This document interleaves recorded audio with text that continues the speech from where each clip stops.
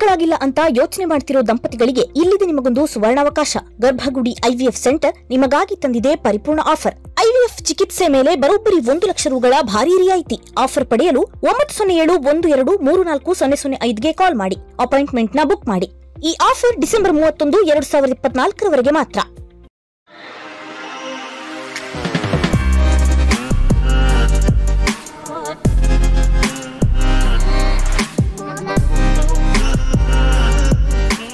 Hi friends, ದಿನದ ಎಲ್ಲ ಪ್ರಮುಖ ಸುದ್ದಿಯನ್ನು ನಿಮಗೆ ತಲುಪಿಸುವ mastmaga.comನ ಫುಲ್ ನ್ಯೂಸ್ಗೆ ಸ್ವಾಗತ. ನಾನು ಅಮರ್ ಪ್ರಸಾದ್. ಬಾಂಗ್ಲಾದಲ್ಲಿ ಅಲ್ಪಸಂಖ್ಯಾತ ಹಿಂದೂಗಳ ಮೇಲೆ ದಾಳಿ ಹೆಚ್ಚಾಗ್ತಿದ್ದಂತೆ ಬಿಜೆಪಿ ಮಾತೃ ಸಂಸ್ಥೆ ಅಂತ ಕರೆಯಲಾಗುವ RSS ದೊಡ್ಡ ಸ್ಟೇಟ್ಮೆಂಟ್ ಕೊಟ್ಟಿದೆ. ಬಾಂಗ್ಲಾ ಜೊತೆ ಮಾತುಕತೆ ಸರಿ ಬರಲಿಲ್ಲ ಅಂದ್ರೆ, ಮಾತುಕತೆ ಮೂಲಕ ಬಗೆಹರಿಲಿಲ್ಲ ಅಂದ್ರೆ ಬೇರೆ ದಾರಿ ಹುಡುಕಿ ಅಂತ ಮೋದಿ ಸರ್ಕಾರಕ್ಕೆ ಆಗ್ರಹ ಮಾಡಿದೆ ಓಪನ್ ಆಗಿ RSS. ಬೇರೆ ದಾರಿ ಹುಡುಕಿ ಮಾತುಕತೆ ಆಗಿಲ್ಲ ಅಂದ್ರೆ ಅದರ ಅರ್ಥ ಏನು? ಬೇರೆ ದಾರಿ ಅಂದರೆ ಏನು? ಅದನ್ನು ಬಿಡಿಸಿ ಹೇಳಲಿಲ್ಲ RSS ಮೋದಿ ಸರ್ಕಾರಕ್ಕೆ. ಆದರೆ ಅರ್ಥ ಮಾಡ್ಕೋಬೇಕು, ಬೇರೆ ದಾರಿ ಮಾತುಕತೆ ಬಿಟ್ಟರೆ ಏನಿರುತ್ತೆ ಅಂತ. RSS ನಾಯಕ ಸುನಿಲ್ ಅಂಬೇಕರ್ ಈ ಒತ್ತಾಯ ಮಾಡಿದ್ದಾರೆ. ನಮಗೆ ಬಾಂಗ್ಲಾ ಹಿಂದೂಗಳ ಸಮಸ್ಯೆ ಮಾತುಕತೆ ಮೂಲಕ ಬಗೆಹರಿಯುತ್ತೆ ಅನ್ನೋ ಭರವಸೆ ಇದೆ. ಅಲ್ಲಿನ ಹಿಂಸಾಚಾರವನ್ನ ಮಾತುಕತೆ ಮೂಲಕ ಬಗೆಹರಿಸಬೇಕು. ಒಂದು ವೇಳೆ ಇದು ವರ್ಕ್ ಆಗಲಿಲ್ಲ ಅಂದ್ರೆ ಬೇರೆ ದಾರಿ ನೋಡಿ, ಹಿಂದೂಗಳ ಮೇಲಿನ ಹಿಂಸಾಚಾರ ತಡೆಯೋಕೆ ಕಠಿಣ ಕ್ರಮ ತಗೊಳ್ಳಿ ಅಂತ ಮನವಿ ಮಾಡಿದ್ದಾರೆ. ಕಠಿಣ ಕ್ರಮ ತಗೊಳ್ಳಿ ಅಂತ.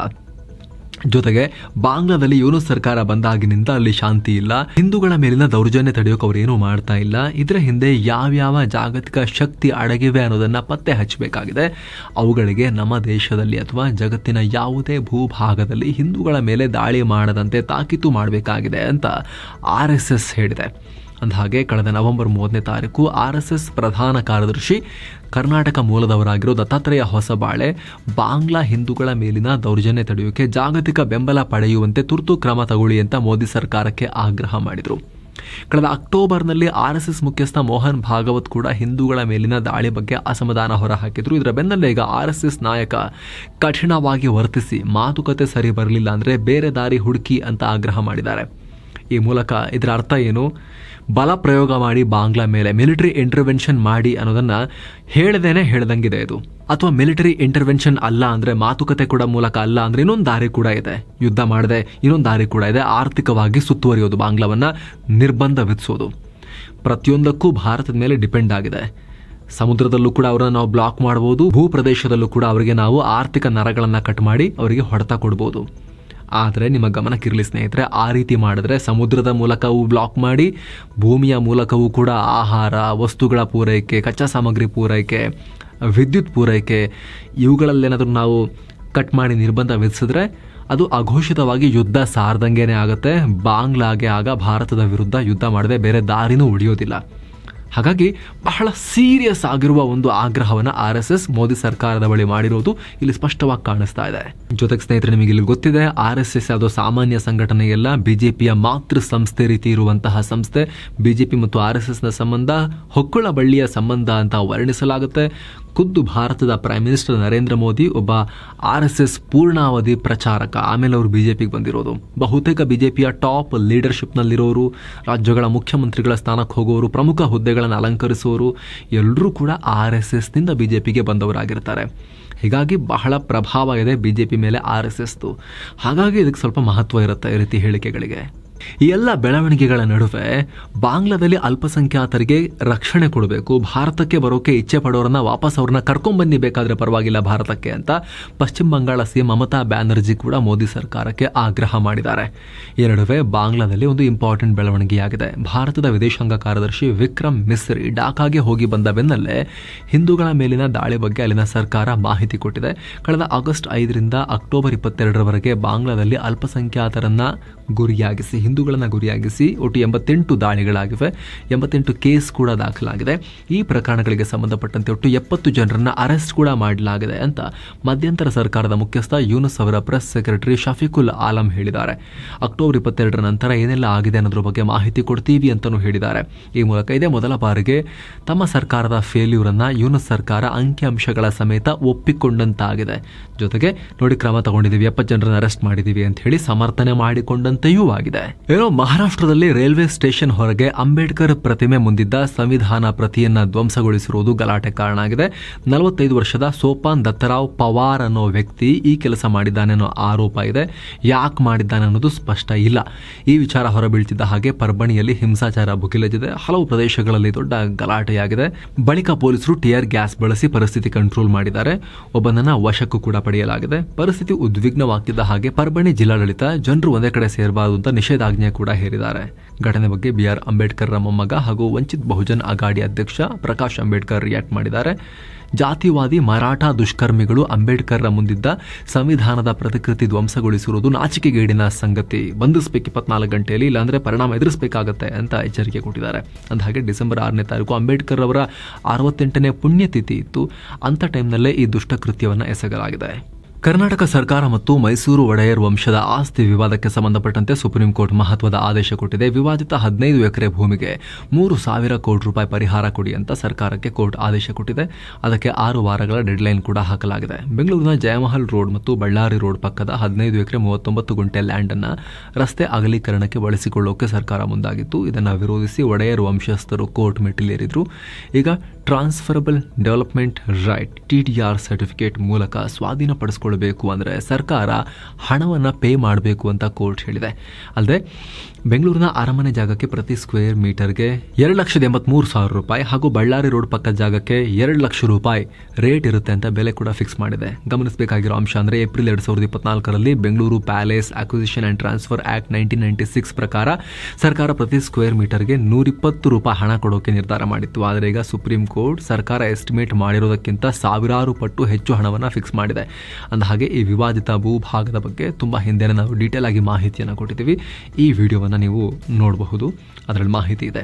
ಬೆಂಗಳೂರಿನ 34 ವರ್ಷದ ಅತುಲ್ ಸುಭಾಷ್ ಅನ್ನೋ ಟೆಕ್ಕಿ ತಮ್ಮ ಜೀವನವನ್ನು ತಾವೇ ಅಂತ್ಯ ಮಾಡಿಕೊಂಡಿರೋದ್ರ ಬಗ್ಗೆ ದೇಶದಲ್ಲಿ ಬಹಳ ಚರ್ಚೆ ಆಗ್ತಾ ಇದೆ. ಭಾರತದಲ್ಲಿ ಪುರುಷರಿಗೆ ಅನ್ಯಾಯ ಆಗ್ತಾ ಇದೆ ಅನ್ನೋ ಕೂಗು. UP ಮೂಲದ ಅತುಲ್ ತನ್ನ ಪತ್ನಿ ಹಾಗೂ ಆಕೆ ಕುಟುಂಬಸ್ಥರು ಕಿರಿಕಿರಿ ಮಾಡ್ತಿದ್ದಾರೆ, ತೊಂದರೆ ಕೊಡ್ತಿದ್ದಾರೆ ಅಂತ ಆರೋಪ ಮಾಡಿ 24 ಪುಟಗಳ ಪತ್ರ ಬರೆದಿಟ್ಟು ಈ ಕೃತ್ಯವನ್ನು ಮಾಡ್ಕೊಂಡ್ಬಿಟ್ಟಿದ್ರು. ಆ ಪತ್ರದಲ್ಲಿ ಅತುಲ್ ಬರೀ ಪತ್ನಿ ಮತ್ತು ಫ್ಯಾಮಿಲಿ ವಿರುದ್ಧ ಮಾತ್ರ ಆರೋಪ ಮಾಡಿಲ್ಲ, ದೇಶದ ಕಾನೂನು ವ್ಯವಸ್ಥೆಯನ್ನ ಪ್ರಶ್ನೆ ಮಾಡಿಬಿಟ್ಟು ಹೋಗಿದ್ದಾರೆ. ದೇಶದಲ್ಲಿ ಮಹಿಳೆಯರು ಪತಿ ವಿರುದ್ಧ ಸುಳ್ಳು ಕೇಸ್ ದಾಖಲಿಸುವ ಟ್ರೆಂಡ್ ಜಾಸ್ತಿ ಆಗಿದೆ ಅಂತ ಹೇಳಿದ್ದಾರೆ. ಅಲ್ಲದೆ ಪತ್ನಿ ಹಾಗೂ ಆಕೆಯ ಫ್ಯಾಮಿಲಿ ಎಷ್ಟು ಕೇಸ್ಗಳನ್ನು ಹಾಕಿ ತಮಗೆ ಕಿರುಕುಳ ಕೊಡ್ತಾ ಇದ್ರು ಅಂತ ಡೀಟೇಲ್ ಆಗಿ ಎಕ್ಸ್ಪ್ಲೇನ್ ಮಾಡಿದ್ದಾರೆ. ಜೊತೆಗೆ ಬದುಕಿರೋರು ಕೋರ್ಟ್ ವಿರುದ್ಧ ಮಾತನಾಡೋಕೆ ಸಾಧ್ಯ ಇಲ್ಲ, ಆದರೆ ನಾನು ಹೋಗ್ತಿರೋ ವ್ಯಕ್ತಿ ಆದರೂ ಕೂಡ ಕೋರ್ಟ್ ವಿರುದ್ಧ ಮಾತನಾಡಿ ಹೋಗಬೇಕು ಅಂತ ಬರಿತಾ ಇದ್ದೀನಿ ಅಂತ ಅವರು ಬರೆದಿದ್ದಾರೆ. ರಾಷ್ಟ್ರಪತಿ ದ್ರೌಪದಿ ಮುರ್ಮುರನ್ನ ಉಲ್ಲೇಖಿಸಿ ಲೆಟರ್ ಬರೆದಿದ್ದಾರೆ. ಇದನ್ನ ಕೆಲವರಿಗೆ ಇಮೇಲ್ ವಾಟ್ಸ್ಆಪ್ ಮೂಲಕ ಶೇರ್ ಕೂಡ ಮಾಡಿದ್ದಾರೆ. ಅಷ್ಟೇ ಅಲ್ಲದೆ ಈ ರೀತಿ ಡಿಸಿಷನ್ ತಗೊಳ್ಳೋಕೆ 2 ದಿನಗಳ ಮುಂಚೆ ಅಮೆರಿಕ ಚುನಾಯಿತ ಅಧ್ಯಕ್ಷ ಡೊನಾಲ್ಡ್ ಟ್ರಂಪ್ ಮತ್ತವರ ಬೆಂಬಲಿಗ ಟೆಕ್ ದಿಗ್ಗಜ ಎಲಾನ್ ಮಸ್ಕ್ಗೂ ಪೋಸ್ಟ್ ಮೂಲಕ ಮನವಿ ಮಾಡಿದ್ರು. ಭಾರತದಲ್ಲಿ ಪುರುಷರ ಮೇಲೆ ಕಾನೂನುಬದ್ಧವಾಗಿ ದಾಳಿ ನಡೀತಾ ಇದೆ, ಅನ್ಯಾಯ ತಡೆಗಟ್ಟಿ ಭಾರತದಲ್ಲಿ ವಾಕ್ ಸ್ವಾತಂತ್ರ್ಯ ಮರುಸ್ಥಾಪಿಸಿ ಅಂತ ಪೋಸ್ಟ್ ಮಾಡಿದಕ್ಕೆ ಮಸ್ಕ್ ಮತ್ತು ಟ್ರಂಪ್ ರನ್ನ ಟ್ಯಾಗ್ ಮಾಡಿದ್ರು. ಇದರ ಬೆನ್ನಲ್ಲೇ ಮೃತ ಅತುಲ್ ಫ್ಯಾಮಿಲಿಯವರು ಈಗ ಅವರ ಪತ್ನಿ ಮತ್ತು ಫ್ಯಾಮಿಲಿ ಮೇಲೆ ಈಗ ಪ್ರತಿ ದೂರನ್ನ ಕೊಟ್ಟಿದ್ದಾರೆ. ಮತ್ತೊಂದು ಕಡೆ ಈ ಬೆನ್ನಲ್ಲೇ ಸುಪ್ರೀಂ ಕೋರ್ಟ್ ವೈವಾಹಿಕ ಕಲಹಗಳಲ್ಲಿ ಪುರುಷರ ವಿರುದ್ಧ ಕ್ರೌರ್ಯ ಕಾನೂನುಗಳ ದುರುಪಯೋಗದ ಬಗ್ಗೆ ಮಹಿಳೆಯರಿಗೆ ಎಚ್ಚರಿಕೆಯನ್ನು ಕೊಟ್ಟಿದೆ. ಪರ್ಸನಲ್ ದ್ವೇಷಕ್ಕೆ ಇಂಥ ಕಾನೂನುಗಳನ್ನು ಪುರುಷರ ಮೇಲೆ ಟೂಲ್ ಆಗಿ ಬಳಸಬೇಡಿ ಅಂತ ಮಹಿಳೆಯರಿಗೆ ಹೇಳಿದೆ. ತೆಲಂಗಾಣದ ಕೇಸೊಂದರ ವಿಚಾರಣೆ ವೇಳೆ ಕೋರ್ಟ್ ಈ ರೀತಿ ಮಹಿಳೆಯರಿಗೆ ಹೇಳಿದೆ. IV ಫ್ಲೂಯಿಡ್ನಿಂದ ಬಳ್ಳಾರಿ ಜಿಲ್ಲಾಸ್ಪತ್ರೆಯಲ್ಲಿ ಬಾಣಂತಿಯರ ಸರಣಿ ಸಾವು ವರದಿಯಾದ ಬೆನ್ನಲ್ಲೇ ರಾಯಚೂರಲ್ಲೂ ಅಂಥದ್ದೇ ಪ್ರಕರಣ ಬೆಳಕಿಗೆ ಬಂದಿದೆ. ಸಿಂಧನೂರು ತಾಲೂಕು ಆಸ್ಪತ್ರೆಯಲ್ಲಿ ಅಕ್ಟೋಬರ್ ತಿಂಗಳಲ್ಲೇ 4 ಬಾಣಂತಿಯರು ಪ್ರಾಣ ಕಳ್ಕೊಂಡಿದ್ದಾರೆ. ಇವರ ಸಾವಿಗೆ IV ದ್ರಾವಣವೇ ಕಾರಣ ಅಂತ ಹೇಳಲಾಗ್ತಿದೆ. ಇದಕ್ಕೆಲ್ಲ ವೈದ್ಯರ ನಿರ್ಲಕ್ಷ್ಯವೂ ಕಾರಣ ಅಂತ ಮೃತರ ಸಂಬಂಧಿಕರು ಆಸ್ಪತ್ರೆ ವಿರುದ್ಧ ಗಂಭೀರ ಆರೋಪ ಮಾಡಿದ್ದಾರೆ. ಕರ್ನಾಟಕದ ಮಾಜಿ CM SM ಕೃಷ್ಣ ಅವರ ಅಂತಿಮ ಸಂಸ್ಕಾರ ನೆರವೇರಿದೆ. ಸಕಲ ಸರ್ಕಾರಿ ಗೌರವಗಳೊಂದಿಗೆ ಹುಟ್ಟೂರು ಮಂಡ್ಯ ಜಿಲ್ಲೆ ಸೋಮನಹಳ್ಳಿಯಲ್ಲಿ ಈ ಅಂತಿಮ ಸಂಸ್ಕಾರ ನಡೆಸಲಾಗಿದೆ. ಅಂತ್ಯಕ್ರಿಯೆಯಲ್ಲಿ CM ಸಿದ್ದರಾಮಯ್ಯ, ಮಾಜಿ CM ಯಡಿಯೂರಪ್ಪ, ಕೇಂದ್ರ ಸಚಿವ ಕುಮಾರಸ್ವಾಮಿ, DCM DK ಶಿವಕುಮಾರ್ ಸೇರಿ ಹಲವರು ಭಾಗಿಯಾಗಿದ್ದರು. ಪ್ರಸಿದ್ಧ ಮುರುಡೇಶ್ವರ ಬೀಚ್ನಲ್ಲಿ ಅನಾಹುತ ಆಗಿದೆ. ಕೋಲಾರ ಜಿಲ್ಲೆ ಪುತ್ತೂರಿನಿಂದ ಶಾಲಾ ಶಿಕ್ಷಣ ಪ್ರವಾಸಕ್ಕೆ ಬಂದಿದ್ದ ವಿದ್ಯಾರ್ಥಿನಿಯರಲ್ಲಿ 4 ಆಟವಾಡುವಾಗ ನೀರು ಪಾಲಾಗಿದ್ದಾರೆ. ಒಟ್ಟು 7 ಮಂದಿ ನೀರಲ್ಲಿ ಮುಳುಗಿದ್ರು. 3 ಲೈಫ್ ಗಾರ್ಡ್ ಸಿಬ್ಬಂದಿ ಕಾಪಾಡಿದ್ದಾರೆ. ಆದರೆ 4 ವಿದ್ಯಾರ್ಥಿನಿಯರು ಕೊಚ್ಕೊಂಡು ಹೋಗಿದ್ದಾರೆ. ಘಟನೆಗೆ ಶಿಕ್ಷಕರು ಮತ್ತು ಪ್ರವಾಸೋದ್ಯಮ ಇಲಾಖೆ ನಿರ್ಲಕ್ಷ್ಯ ಕಾರಣ ಅಂತ ಹೇಳಲಾಗ್ತಿದೆ. ಹೀಗಾಗಿ ಈ ಶಾಲೆಯ ಪ್ರಾಂಶುಪಾಲೆ ಶಶಿಕಲಾ ಹಾಗೂ ಅತಿಥಿ ಶಿಕ್ಷಕರನ್ನ ಬೇಜವಾಬ್ದಾರಿ ಆರೋಪದಡಿ ಅಮಾನತು ಮಾಡಿ ಸರ್ಕಾರ ಆದೇಶಿಸಿದೆ. ಇನ್ನು ಶಾಲೆಯ ಪ್ರಾಂಶುಪಾಲರು ಮತ್ತು ಶಿಕ್ಷಕರ ವಿರುದ್ಧ ಮುರುಡೇಶ್ವರ ಪೊಲೀಸರು ಕೂಡ ಕೇಸ್ ದಾಖಲಿಸಿಕೊಂಡಿದ್ದಾರೆ. ಮೃತರ ಕುಟುಂಬಕ್ಕೆ CM ಸಿದ್ದರಾಮಯ್ಯ ಸಂತಾಪ ಸೂಚಿಸಿದ್ದು ಸರ್ಕಾರದಿಂದ ತಲಾ 5 ಲಕ್ಷ ರೂಪಾಯಿ ಪರಿಹಾರ ಕೊಡೋದಾಗಿ ಘೋಷಿಸಿದ್ದಾರೆ. ವಿಪಕ್ಷ ನಾಯಕ ರಾಹುಲ್ ಗಾಂಧಿ ಇದೀಗ ಸಂಬಲ್ ಗಲಭೆಯ ಸಂತ್ರಸ್ತರ ಕುಟುಂಬಗಳನ್ನ ಮೀಟ್ ಮಾಡಿದ್ದಾರೆ. ದಿಲ್ಲಿಯಲ್ಲಿರೋ ತಮ್ಮ ನಿವಾಸಕ್ಕೆ ಅವ್ರನ್ನ ಕರೆಸಿ ಮಾತನಾಡಿದ್ದಾರೆ. ಅಲ್ಲಿಗೆ ಹೋಗಕ್ಕಾಗಿರ್ಲಿಲ್ಲ, ಬ್ಲಾಕ್ ಮಾಡಿ ವಾಪಸ್ ಕಳಿಸಲಾಗಿತ್ತು. ಸೊ ಮನೆಗೆ ಕರೆಸ್ಕೊಂಡು ಮಾತಾಡಿದ್ದಾರೆ. ಮತ್ತೊಂದು ಕಡೆ ರಾಹುಲ್ ಸಹೋದರಿ ಪ್ರಿಯಾಂಕಾ ಗಾಂಧಿ ವಾದ್ರಾ ಪ್ಯಾಲೆಸ್ತೇನ್ ರಾಯಭಾರಿಯನ್ನ ಮೀಟ್ ಆಗಿ ಮಾತನಾಡಿದ್ದಾರೆ. ಈ ವೇಳೆ ಅಬು ಜಾಜರ್ ಕಳೆದ ತಿಂಗಳು ವಯನಾಡು ಲೋಕಸಭಾ ಕ್ಷೇತ್ರದಲ್ಲಿ ಗೆದ್ದು ಎಂಪಿ ಆಗಿರೋದಕ್ಕೆ ಅವರಿಗೆ ಅಭಿನಂದನೆ ಕೂಡ ತಿಳಿಸಿದ್ರಂತೆ. ಈ ಭೇಟಿ ವೇಳೆ ಪ್ರಿಯಾಂಕಾ ಪ್ಯಾಲೆಸ್ತೇನ್ಗೆ ತಮ್ಮ ಬೆಂಬಲವನ್ನು ನೀಡಿದ್ದಾರೆ ಅಂತ ಅಬೇದ್ ಹೇಳಿದ್ದಾರೆ. ಏನೋ ರಾಜ್ಯಸಭೆಯಲ್ಲಿ ತೀವ್ರ ಗದ್ದಲ ನಡೆದಿದೆ. ಸಭಾಧ್ಯಕ್ಷ ಉಪರಾಷ್ಟ್ರಪತಿಯೂ ಆಗಿರೋ ಜಗದೀಪ್ ಧನ್ಕರ್ ವಿರುದ್ಧ ರಾಜ್ಯಸಭೆಯಲ್ಲಿ ಎಐಸಿಸಿ ಅಧ್ಯಕ್ಷ ಮಲ್ಲಿಕಾರ್ಜುನ ಖರ್ಗೆ ಕಿಡಿಕಾರಿದ್ದಾರೆ. ಸಭಾಧ್ಯಕ್ಷರು ಕೇಂದ್ರ ಸರ್ಕಾರದ ದೊಡ್ಡ ವಕ್ತಾರ ಆಗಿ ಹೋಗಿದ್ದಾರೆ. ರಾಜ್ಯಸಭೆಯಲ್ಲಿ ಎಲ್ಲ ಅಡೆತಡೆಗಳಿಗೆ ಅವರೇ ಕಾರಣ ಅಂತ ಖರ್ಗೆ ಆರೋಪ ಮಾಡಿದ್ದಾರೆ. 1952ರಿಂದ ದೇಶದಲ್ಲಿ ಉಪರಾಷ್ಟ್ರಪತಿ ವಿರುದ್ಧ ಪದಚ್ಯುತ ಮಾಡಕ್ಕೆ ಯಾವುದೇ ರೆಸಲ್ಯೂಷನ್ ಪಾಸ್ ಆಗಿಲ್ಲ. ಯಾಕಂದ್ರೆ ಅವರ ನಿಷ್ಪಕ್ಷಪಾತವಾಗಿ ಕೆಲಸ ಮಾಡ್ತಾ ಇದ್ರು. ಆದರೆ ಇವರು ಸ್ಕೂಲ್ಗಳಲ್ಲಿ ಹೆಡ್ ಮಾಸ್ಟರ್ ತರ ಬಿಹೇವ್ ಮಾಡ್ತಾ ಇದ್ದಾರೆ.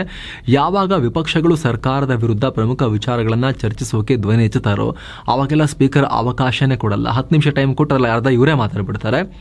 ಸಂವಿಧಾನಕ್ಕೆ ನಿಷ್ಠೆ ತೋರೋ ಬದಲು ಬಿಜೆಪಿಗೆ ನಿಷ್ಠೆ ತೋರಿಸ್ತಾ ಇದ್ದಾರೆ. ಅವರ ಮುಂದಿನ ಪ್ರಮೋಷನ್ಗೋಸ್ಕರ ಸರ್ಕಾರದ ವಕ್ತಾರನಾಗ್ತಾ ಇದ್ದಾರೆ ಅಂತ ವಾಗ್ದಾಳಿ ಮಾಡಿದ್ದಾರೆ. ಅಲ್ಲದೆ ಅವರು ತಮ್ಮನ್ನು ತಾವು RSS ನ ಏಕಲವ್ಯ ಅಂತ ಹೇಳ್ಕೊಳ್ತಾರೆ. ಅವ್ರು ಹಿಂಗೆ ನಿಷ್ಪಕ್ಷಪಾತವಾಗಿರೋಕ್ ಸಾಧ್ಯ ಅಂತ ಪ್ರಶ್ನೆ ಮಾಡಿದ್ದಾರೆ. ಅಂದ ಹಾಗೆ ಸಭಾಧ್ಯಕ್ಷರನ್ನ ಪದಚ್ಯುತಗೊಳಿಸೋಕೆ INDIA ಮೈತ್ರಿ ಸಂಸದರು ರೆಸಲ್ಯೂಷನ್ಗೆ ಸೈನ್ ಹಾಕಿದ ವಿಚಾರವಾಗಿ ರಾಜ್ಯಸಭೆಯಲ್ಲಿ ಈ ರೀತಿಯವರು ಮಾತನಾಡಿದ್ದಾರೆ. ಆದರೆ ಜಗದೀಪ್ ಧನ್ಕರ್ ಅನ್ನ ಪದಚ್ಯುತಗೊಳಿಸೋಕೆ ಒಟ್ಟು 116 ಸದಸ್ಯರ ಬೆಂಬಲ ಬೇಕು. ಆದರೆ ರಾಜ್ಯಸಭೆಯಲ್ಲಿ ಬಿಜೆಪಿ ನೇತೃತ್ವದ NDA ಮೈತ್ರಿಕೂಟದ ಸಂಖ್ಯೆ 125 ಇದೆ. INDIA ಮೈತ್ರಿ ಸಂಸದರ ಸಂಖ್ಯೆ 85 ಇದೆ. ಇತರರು 27 ಇದ್ದಾರೆ. ಇವರೆಲ್ಲ ಒಟ್ಟು ಸೇರಿದ್ರು 112 ಆಗುತ್ತೆ. ಆದ್ರೆ ಒಟ್ಟು 116 ಬೇಕಾಗುತ್ತೆ. ಜೊತೆಗೆ ಇತರರು 27 ಈ INDIA ಕೂಟಕ್ಕೆ ಸಪೋರ್ಟ್ ಮಾಡ್ತಾರಾ ಇಲ್ವಾ ಅನ್ನೋದು ಕೂಡ ಸ್ಪಷ್ಟ ಇಲ್ಲ. ಹಾಗಾಗಿ ಬಿಜೆಪಿ ಮೈತ್ರಿಕೂಟವನ್ನ ಒಡೆಯದೆ ಧನ್ಕರ್ ಅನ್ನ ಕೆಳಗಿಳಿಸಕ್ ಸಾಧ್ಯ ಇಲ್ಲ. ಈ ನಡುವೆ ಪ್ರತಿಪಕ್ಷಗಳ ಈ ಪ್ರಯತ್ನಕ್ಕೆ ಸಂಬಂಧಪಟ್ಟಂತೆ ಖುದ್ದು PM ಮೋದಿ ಮಾಹಿತಿ ಕಲೆ ಹಾಕಿದ್ದಾರೆ. ಕೇಂದ್ರ ಕಾನೂನು ಮಂತ್ರಿ ಕಿರಣ್ ರಿಜಿಜು ಅವರನ್ನ ಕರೆಸಿಕೊಂಡು ಬ್ರೀಫಿಂಗ್ ಪಡೆದಿದ್ದಾರೆ. ಘಟನೆಗೆ ಸಂಬಂಧಪಟ್ಟಂತೆ, ಡೆವಲಪ್ಮೆಂಟ್ಸ್ಗೆ ಸಂಬಂಧಪಟ್ಟಂತೆ ಅಂತ ಕೂಡ ವರದಿಯಾಗಿದೆ. ಏನೋ ಮೋದಿ ಮತ್ತು ಅದಾನಿ ಸೇರ್ಕೊಂಡ್ಬಿಟ್ಟಿದ್ದಾರೆ ಅಂತ ಆರೋಪಿಸಿ ವಿಪಕ್ಷಗಳು ಪ್ರತಿಭಟನೆಯನ್ನ ಮುಂದುವರೆಸಿದ್ದಾರೆ. ಒಂದು ಕೈಯಲ್ಲಿ ಕಾರ್ಡ್ ರೂಪದಲ್ಲಿರೋ ತ್ರಿವರ್ಣ ಧ್ವಜ, ಮತ್ತೊಂದು ಕೈಯಲ್ಲಿ ಕೆಂಪು ಗುಲಾಬಿ ಹಿಡಿದು ಬಿಜೆಪಿ ನಾಯಕರನ್ನ ಸಂಸತ್ಗೆ ಬರಮಾಡಿಕೊಂಡಿದ್ದಾರೆ. ಸದ್ಯ ನಡೀತಾ ಇರೋ ಚಳಿಗಾಲದ ಅಧಿವೇಶನದಲ್ಲಿ ಅದಾನಿ ಮ್ಯಾಟರ್ ಸೇರಿ ಎಲ್ಲ ಸಮಸ್ಯೆಗಳ ಬಗ್ಗೆ ಚರ್ಚೆ ಮಾಡಬೇಕು ಅಂತ ಆಗ್ರಹ ಮಾಡಿದ್ದಾರೆ. ರಕ್ಷಣಾ ಸಚಿವ ರಾಜನಾಥ್ ಸಿಂಗ್ ಸಂಸತ್ಗೆ ಆಗಮಿಸುವಾಗ ವಿಪಕ್ಷ ನಾಯಕ ರಾಹುಲ್ ಗಾಂಧಿ ಕಾರ್ಡ್ ರೂಪದ ತ್ರಿವರ್ಣ ಧ್ವಜವನ್ನ ಅವರಿಗೆ ಕೊಟ್ಟಿದ್ದಾರೆ. ಈ ಎಲ್ಲ ಬೆಳವಣಿಗೆಗಳ ನಡುವೆ PM ನರೇಂದ್ರ ಮೋದಿ ಈ ಫಿಲ್ಮ್ ಫ್ಯಾಮಿಲಿ ಆಗಿರೋ ಕಪೂರ್ ಫ್ಯಾಮಿಲಿಯೊಂದಿಗೆ ಕೂತ್ಕೊಂಡು ಬಹಳ ಡಿಟೇಲ್ ಆಗಿ ಮಾತಾಡಿದ್ದಾರೆ. ದಿವಂಗತ ನಟ ರಾಜ್ ಕಪೂರ್ ಅವರ 100ನೇ ಜನ್ಮದಿನದ ಕಾರ್ಯಕ್ರಮ ಪ್ರಯುಕ್ತ ಮೋದಿ ಅವರನ್ನ ಇನ್ವಿಟೇಷನ್ ಕೊಡೋಕೆ ಕಪೂರ್ ಫ್ಯಾಮಿಲಿ ಬರ್ತೀವಿ ಅಂತ ಹೇಳಿದ್ರು. PM ಅದಕ್ಕೆ ಓಕೆ ಮಾಡಿದ್ರು. ಅಂದ್ರೆ PM ಅವರ ಅಪಾಯಿಂಟ್ಮೆಂಟ್ ಕೂಡ ಸಿಕ್ಬಿಡ್ತು ಇವರಿಗೆ ಇನ್ವಿಟೇಷನ್ ಕೊಡೋಕೆ. ಹೋಗಿದ್ರು. ಒಂದು ಲಾಂಗ್ ಚಿಟ್ ಚಾಟ್ ಕೂಡ ಮಾಡಿದ್ದಾರೆ. ಆ ಟೈಮ್ನಲ್ಲಿ ಕೇವಲ ಇನ್ವಿಟೇಷನ್ ಕೊಟ್ಟು ಅವರ ವಾಪಸ್ ಬಂದಿರೋದು ಮಾತ್ರ ಅಲ್ಲ, ಕ್ಯಾಮ್ರಾ ಸೆಟಪ್ ಎಲ್ಲ ಮಾಡಿ ಅವ್ರನ್ನೆಲ್ಲ ಕೂರಿಸಿ ಸುದೀರ್ಘವಾಗಿ ಅವರೊಂದಿಗೆ ಉಭಯ ಕುಶಲೋಪರಿ ಮಾಡಿ ಅವರಿಗೆಲ್ಲ ಆಟೋಗ್ರಾಫ್ ಎಲ್ಲ ಕೊಟ್ಟು ತಲೆಯೆಲ್ಲ ಮುಟ್ಟಿ ಆಶೀರ್ವಾದ ಮಾಡಿ ಸುದೀರ್ಘವಾಗಿ ಒಂದು ಬಹಳ ತಣ್ಣನೆಯ ನಗುವಿನ ಹಾಸ್ಯದ ವಾತಾವರಣದಲ್ಲಿ, ಸಂತಸದ ವಾತಾವರಣದ ಒಂದು ಆ ದೃಶ್ಯಗಳನ್ನೆಲ್ಲ ಬಹಳ ಶೂಟ್ ಮಾಡಿ ಶೇರ್ ಕೂಡ ಮಾಡಿದ್ದಾರೆ. ಈ ತರ ಮೀಟಿಂಗ್ ಆಯಿತು ಈ ಫಿಲ್ಮ್ ಫ್ಯಾಮಿಲಿಯೊಂದಿಗೆ ಅಂತ. ಏನೋ ಮಂಗಳವಾರ ಮುಂಬೈನಲ್ಲಿ ನಡೆದಿದ್ದ ಬಸ್ ದುರಂತಕ್ಕೆ ಈಗ ದೊಡ್ಡ ಟ್ವಿಸ್ಟ್ ಸಿಕ್ಕಿದೆ. ಇದು ಅಪಘಾತ ಅನ್ನೋ ಬಗ್ಗೆ ಅನುಮಾನ ಇದೆ ಅಂತ ಪೊಲೀಸರು ಹೇಳಿದ್ದಾರೆ. ಇದೊಂದು ಪೂರ್ವ ನಿಯೋಜಿತ ಕೃತ್ಯ ಇರಬಹುದು ಅಂತ ಶಂಕೆ ವ್ಯಕ್ತಪಡಿಸಲಾಗಿದೆ. ಪ್ರಾಥಮಿಕ ತನಿಖೆಯಲ್ಲಿ ಟೆಕ್ನಿಕಲ್ ಸಮಸ್ಯೆಯಿಂದ ಹೀಗಾಯಿತು ಅಂತ ಹೇಳಲಾಗಿತ್ತು. ಆದರೆ ಮುಂದುವರಿದ ತನಿಖೆಯಲ್ಲಿ ಬಸ್ ಬ್ರೇಕ್ ಆಗಲಿ ಇನ್ನಿತರ ಸಿಸ್ಟಮ್ಗಳಾಗಲಿ ಎಲ್ಲವೂ ಸರಿ ಇತ್ತು, ಬೇಕು ಅಂತೆಲ್ಲ ಮಾಡಿರಂಗ್ ನಮಗೆ ಅನಿಸ್ತಾ ಇದೆ ಅಂತ ಪೊಲೀಸರು ಅನುಮಾನ ಹೊರಹಾಕಿದ್ದಾರೆ. ಏನೋ RBIನ 26ನೇ ಗವರ್ನರ್ ಆಗಿ ಸಂಜಯ್ ಮಲ್ಹೋತ್ರಾ ಅಧಿಕಾರ ಸ್ವೀಕಾರ ಮಾಡಿದ್ದಾರೆ. ಈ ಮೂಲಕ ಮುಂದಿನ 3 ವರ್ಷಗಳ ಕಾಲ ಇವರು ಆ ಸ್ಥಾನದಲ್ಲಿರ್ತಾರೆ. ಶಕ್ತಿಕಾಂತ ದಾಸ್ ಅವರು ಈ ಹಿಂದೆ 2 ಟರ್ಮ್ RBIನ ಗವರ್ನರ್ ಆಗಿದ್ರು ಬ್ಯಾಕ್ ಟು ಬ್ಯಾಕ್. ಉತ್ತರ ಪ್ರದೇಶದ ಫತೇಪುರ್ ಜಿಲ್ಲೆಯಲ್ಲಿ 185 ವರ್ಷ ಹಳೆ ಮಸೀದಿಯನ್ನ ಭಾಗಶಃ ಕೆಡವಲಾಗಿದೆ. ಕೆಡವಲಾದ ಭಾಗವನ್ನ 2-3 ವರ್ಷಗಳ ಹಿಂದೆ ಅಕ್ರಮವಾಗಿ ನಿರ್ಮಾಣ ಮಾಡಲಾಗಿತ್ತು. ಇದರಿಂದ ಬಾಂದಾ ಬಹರೈಜ್ ಹೈವೇ ರಸ್ತೆ ಅಗಲೀಕರಣಕ್ಕೆ ಅಡ್ಡ ಆಗ್ತಾ ಇತ್ತು. ಹಾಗಾಗಿ ಕೆಡವಲಾಗಿದೆ ಅಂತ ಅಲ್ಲಿನ ಆಡಳಿತ ಹೇಳಿದೆ. ಬಿಗಿ ಭದ್ರತೆಯಲ್ಲಿ ಕೆಡವು ಕೆಲಸ ನಡೆದಿದೆ. ಈ ಬಗ್ಗೆ ರಿಯಾಕ್ಟ್ ಮಾಡಿರೋ ಮಸೀದಿ ಆಡಳಿತ ಸಮಿತಿಯ ಮುಖ್ಯಸ್ಥರು 1839ರಲ್ಲಿ ಕಟ್ಟಲಾಗಿತ್ತು ಇದು. ಅದರ ಸುತ್ತಲ ರಸ್ತೆಯನ್ನು 1956ರಲ್ಲಿ ಅಭಿವೃದ್ಧಿಪಡಿಸಲಾಗಿದೆ. ಹಾಗಾಗಿ ಮಸೀದಿ ಧ್ವಂಸ ಪ್ರಶ್ನಿಸಿ ಅಲಹಾಬಾದ್ ಕೋರ್ಟ್ನಲ್ಲಿ ಅರ್ಜಿ ಹಾಕ್ತೀವಿ ಅಂತ ಹೇಳಿದ್ದಾರೆ. ಇನ್ನೊಂದು ಕಡೆ ಅಧಿಕಾರಿಗಳು ಈ ಆರೋಪವನ್ನು ಅಲ್ಲಗಳೆದಿದ್ದಾರೆ. ಅಕ್ರಮ ಕಾಮಗಾರಿ ತೆಗೆದು ಹಾಕಿ ಅಂತ ಮಸೀದಿ ಆಡಳಿತಕ್ಕೆ PWD ನೋಟಿಸ್ ಕೊಡಲಾಗಿತ್ತು, ಆದರೆ ಅವರು ಒಪ್ಪಿರಲಿಲ್ಲ. ಹಾಗಾಗಿ ಕಾನೂನು ಪ್ರಕಾರ ಕ್ರಮ ತಗೊಳ್ಳಲಾಗಿದೆ ಅಂತ ಹೇಳಿದ್ದಾರೆ. ಇನ್ನು ಕಳೆದ ಸೆಷನ್ನಲ್ಲಿ ಫ್ಲಾಟ್ ಆಗಿದ್ದ ಭಾರತದ ಷೇರುಪೇಟೆ ತಕ್ಕ ಮಟ್ಟಿಗೆ ಚೇತರಿಸಿಕೊಂಡು ಹಸಿರು ಪಟ್ಟಿಯಲ್ಲಿ ಕಾಣಿಸಿಕೊಂಡಿದೆ. ದಿನದ ವಹಿವಾಟಿನ ಅಂತ್ಯಕ್ಕೆ ಸೆನ್ಸೆಕ್ಸ್ 16 ಪಾಯಿಂಟ್ಸ್ ಜಾಸ್ತಿಯಾಗಿ 81,526ಕ್ಕೆ, ನಿಫ್ಟಿ 31 ಪಾಯಿಂಟ್ಸ್ ಜಾಸ್ತಿಯಾಗಿ 24,641ಕ್ಕೆ ಏರಿಕೆಯಾಗಿದೆ. ಹೆವಿವೇಟ್ ಕಂಪನಿಗಳಾದ ಇನ್ಫೋಸಿಸ್ ಮತ್ತು ಬಜಾಜ್ ಫಿನಾನ್ಸ್ ಮಾರುಕಟ್ಟೆಗೆ ಬೂಸ್ಟ್ ಕೊಟ್ಟವು. ಮಿಡ್ ಮತ್ತು ಸ್ಮಾಲ್ ಕ್ಯಾಪ್ಗಳು ಕೂಡ ಬೆಟರ್ ಪರ್ಫಾರ್ಮ್ ಮಾಡಿದ್ವು.